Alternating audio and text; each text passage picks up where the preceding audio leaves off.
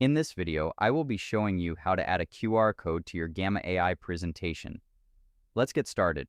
First, I'll open my dashboard and select the presentation I want to work on. I'm going with the 3 pillars of 2026 AI.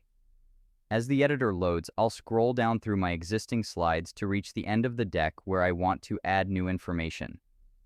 To create a dedicated space for the QR code, I'll click the Add New Card button on the left sidebar to insert a fresh slide.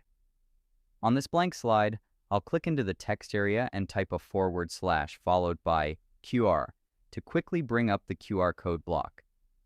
I'll select it from the dropdown, which opens the Media Settings panel on the right side of the screen. I'll click into the URL field and paste the link I want to share.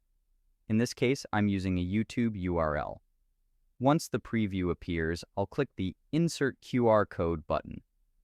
I'll wait a few moments for the image to finish uploading to the slide. Now that it's there, I'll close the media panel and click on the QR code to select it.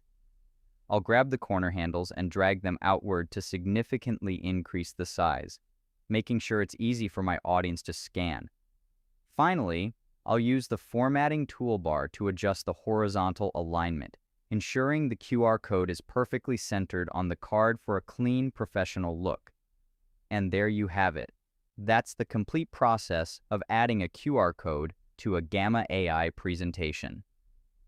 If you found this walkthrough helpful, please consider liking the video and subscribing for more quick tips and tutorials.